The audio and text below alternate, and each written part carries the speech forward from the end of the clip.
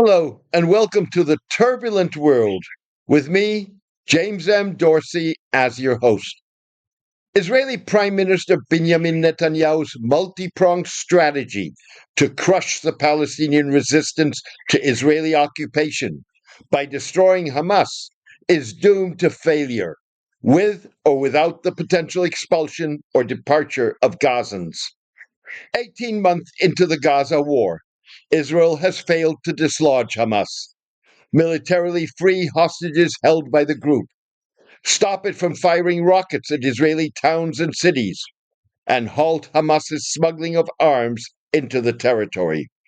Hamas still maintains sovereignty in the Strip, said Reserve Major General Tamir Hayman, the executive director of Israel's prestigious Institute for National Security Studies, INSS, and a former head of the Israeli military's Intelligence Directorate. This weekend, Hamas fired 10 rockets at the cities of Ashkelon and Ashdod, its largest barrage in months, signaling that the group may be down but not out. Hamas fired the rockets as Mr. Netanyahu landed in Washington for talks with Donald Trump, the Prime Minister's second visit since the president started his second term in January. Earlier, Israeli television reported that Hamas was paying top dollar to Israeli Bedouins to smuggle dirt-cheap, off-the-shelf drones into the Strip, where Hamas refits them to carry up to 70 kilograms of explosives. Channel 12 said Hamas had so far imported 10 $40 drones for $1 million a drone each.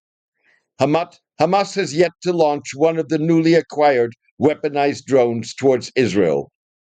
Meanwhile, Arab media reports said a Hamas delegation would travel to Cairo to discuss Egypt's latest proposal to revive the ceasefire that Israel abandoned on March 18 when it resumed its assault on Gaza.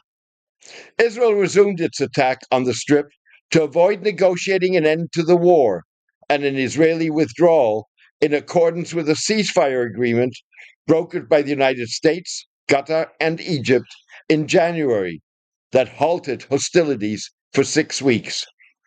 The latest Egyptian proposal would restore the ceasefire for 40 to 70 days, during which Hamas would swap 8 of the 59 hostages it still holds in exchange for an unspecified number of Palestinians incarcerated in Israel. Hamas abducted its captives during its October 7, 2023 attack on Israel. The Hamas delegation was preceded by representatives of al-Fatah, Hamas's arch-rival that forms the backbone of President Mahmoud Abbas's West Bank-based, internationally recognized Palestine Authority.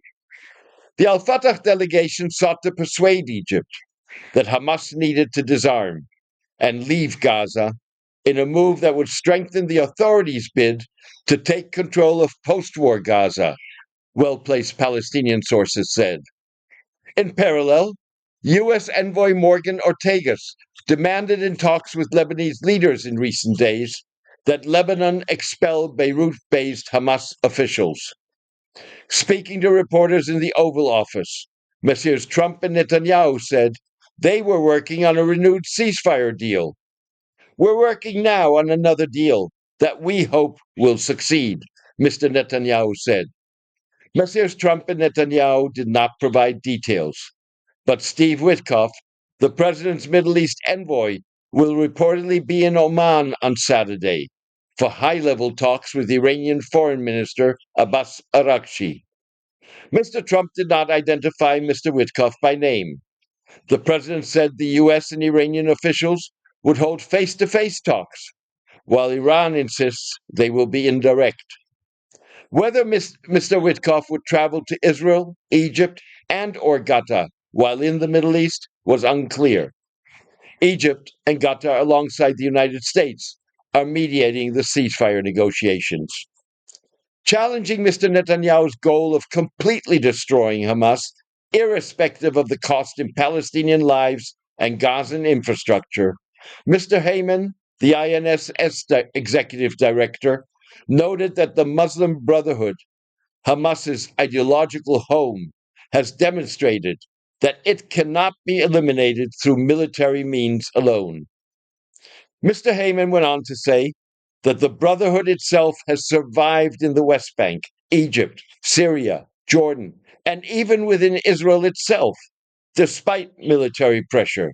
Thus, it was clear from the outset that elements of Hamas and the Muslim Brotherhood would continue to exist in the Strip.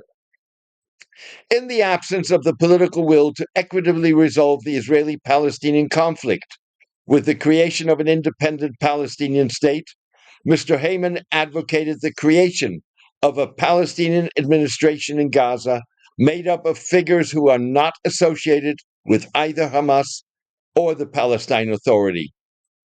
An alternative civil government is the least bad option, as opposed to a long-term military occupation or continued siege of Gaza, Mr. Hayman said. In Mr. Hayman's scenario, Hamas would maintain an underground presence in the Strip, and Hamas and Israel would retain a security regime that would allow it to continue operating against Hamas's capabilities. Mr. Trump, discussing his resettlement plan that it would involve the United States taking over Gaza, suggested that he was willing to send a peacekeeping force to Gaza. It's an incredible piece of important real estate. It's something that we would be involved in. Having a peace force like the United States there, controlling and owning the Gaza Strip, would be a good thing, because right now, for years and years, all I hear about is killing, Hamas, and problems, Mr. Trump said. The creation of an administration populated by Gazan notables and businessmen likely topped the agenda in talks in Abu Dhabi this weekend between Israeli Foreign Minister Gideon Saar and his Emirati counterpart, Abdullah bin Zayed. With Israeli officials unwelcome in Arab capitals because of the Gaza war, Mr. Saar's presence testified to the close ties between Israel and the United Arab Emirates, despite the UAE's public condemnation of Israel's war conduct and calls for a Palestinian state. The state-run Emirati news agency reported that the two men had discussed Gaza's humanitarian crisis and efforts to revive the Gaza ceasefire and free the Hamas-held hostages. The UAE is quietly promoting 64-year-old Abu Dhabi-based Palestinian politician and businessman Mohammed Dahlan as the potential head of a Palestinian administration of Gaza. Well regarded in Washington and Jerusalem, Mr. Dahlan has close ties to UAE President Mohammed bin Zayed. Mr. Dahlan was forced into exile after Hamas ousted al-Fatah, the backbone of 89-year-old President Mahmoud Abbas's Palestine Authority, from Gaza in 2007. Al-Fatah subsequently expelled Mr. Dahlan. A Ramallah court convicted him on corruption charges in 2014 in absentia. Last month, Mr. Abbas paved the way for Mr. Dahlan's return by announcing an amnesty for expelled members of his al-Fatah party. Mr. Abbas announced the amnesty at an Arab summit in Cairo that adopted an Egyptian proposal countering Mr. Trump's plan to move Gaza's 2.3 million Palestinians out of Gaza and turn the territory into a high-end beachfront real estate development.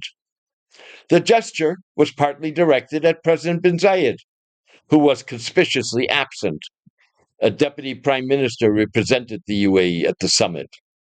Last year, Israel sought to persuade Mr. Dahlan and Palestinian-American billionaire businessman Bashar al-Masri to participate in a post-war administration of Gaza, despite misgivings about Mr. Dahlan because of his involvement with al-Fatah. A one-time business associate of Adam Berler, Mr. al-Masri reportedly advised the U.S. hostage negotiator, who met Hamas officials in March, the first U.S. official to meet face-to-face with the group designated a terrorist organization by the United States.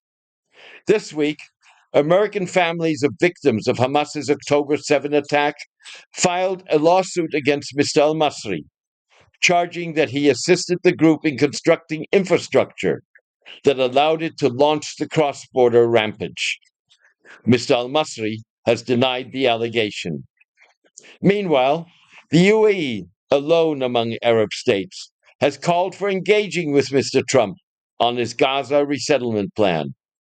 Instead of rejecting the plan outright, the UAE has suggested that the Arabs focus on their rejection of the resettlement aspect of the plan, while reiterating that the creation of an independent Palestinian state alongside Israel is the only way of achieving sustainable Israeli-Palestinian peace.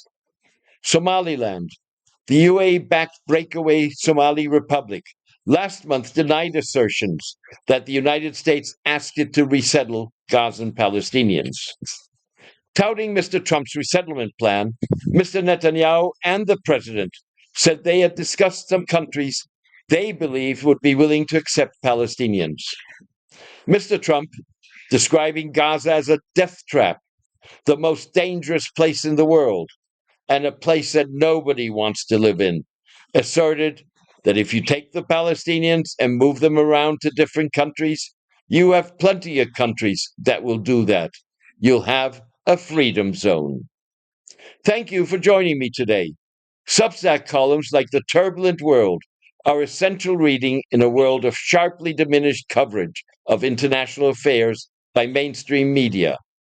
The Turbulent World can only sustain and expand its independent coverage, free of advertisements and clickbait, with the support of its readers.